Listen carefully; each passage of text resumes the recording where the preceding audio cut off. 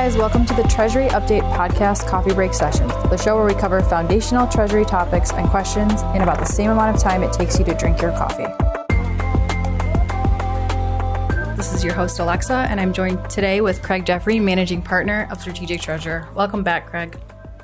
Good day, Alexa. It's good to talk with you again on these topics. Yeah, so we've been discussing security, on the last episode and now on today's episode. So today we're really going to pivot into SWIFT and the SWIFT Customer Security Program, or better known as SWIFT CSP. So can you go ahead and give us a high-level overview of what that is, Craig? Yes, SWIFT CSP is the SWIFT Customer Security Program, and it's a security program for those that use the SWIFT network. So it's geared towards corporations that are on the SWIFT network, and it's designed to protect all of the endpoints of the network to ensure safety of the network. Okay, that makes sense. So when did this program start? I think the official date was May 27th, 2016. So at the time of this recording, it's a little bit over 5 years.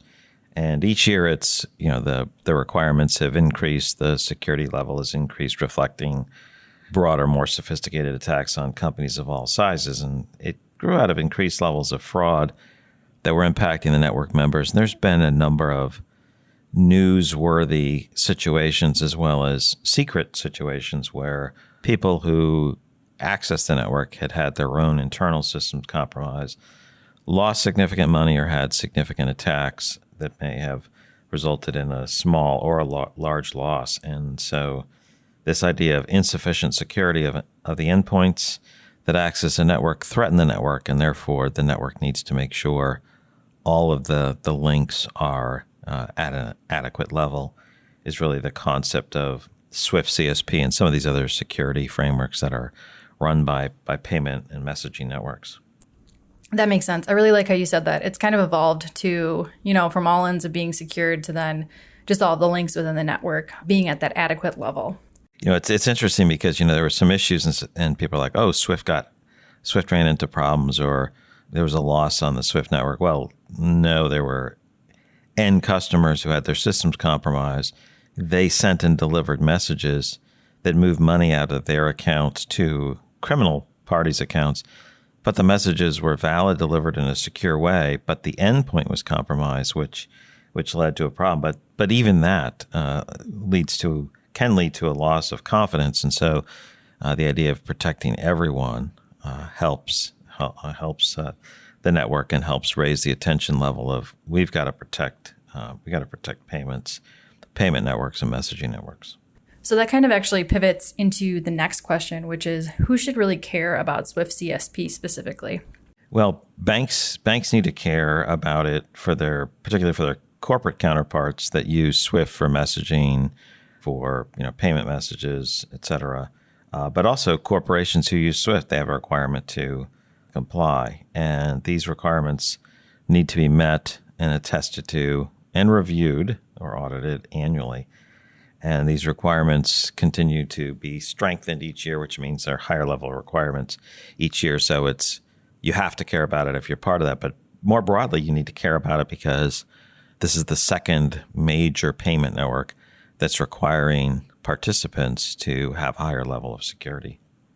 Yeah, that's a great point. So really, I guess, what can we learn from the customer security program that SWIFT has?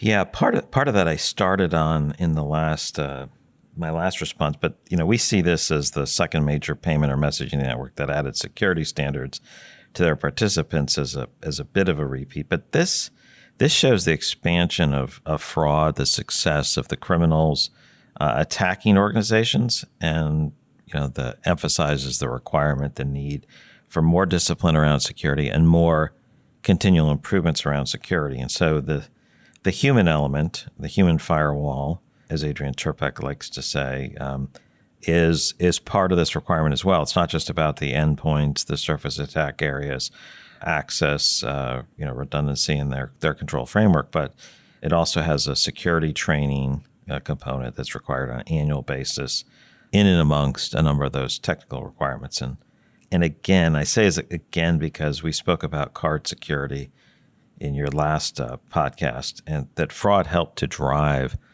this standard and the security framework.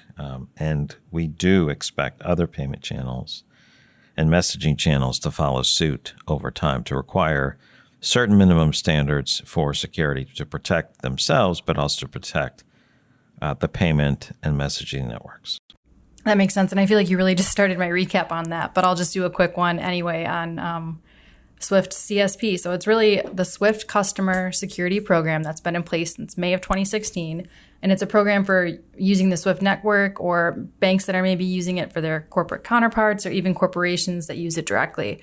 And it's designed to really protect all of the points to ensure the safety of the network. And I think we've, kind of touched on it a little bit here about how it was end to end. And then it really started to care more about those individual links to just make sure that the security level is 360 degrees or across the entire program. So was there anything else you wanted to add to that, Craig?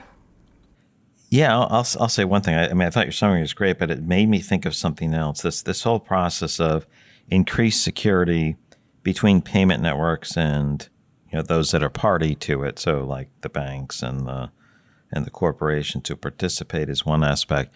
But as we think about how we ensure our counterparts are protected, there's something that SWIFT does, which I think is becoming will become more standard, because there's a communication method where you can expose, here are the results of our attestation work each year on SWIFT CSP. You can expose that to your bank counterparts through their platform. You can share the information so that a bank can say, here's my 400 customers. I can see when they've attested, what were any issues that they had, when will they be remediated, when were they remediated, and they can share that information. And I think of a couple factors that come up. The more we deal with counterparts, the more detail we have to be when we're filling out security questionnaires and going through their security information, protocol standards, questionnaires, and it's we're filling out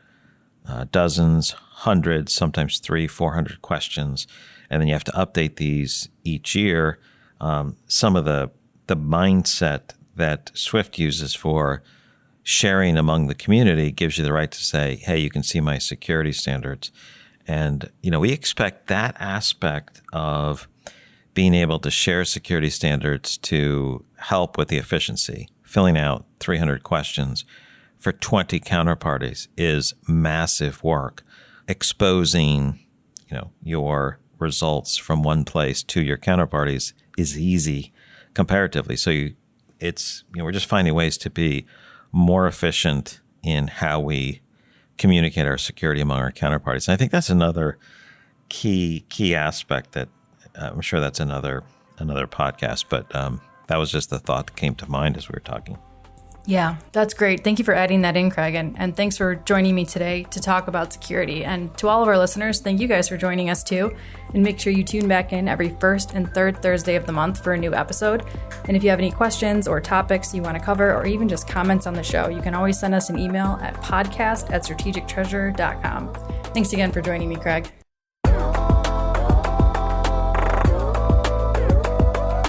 This podcast is provided for informational purposes only, and statements made by Strategic Treasurer LLC on this podcast are not intended as legal, business, consulting, or tax advice.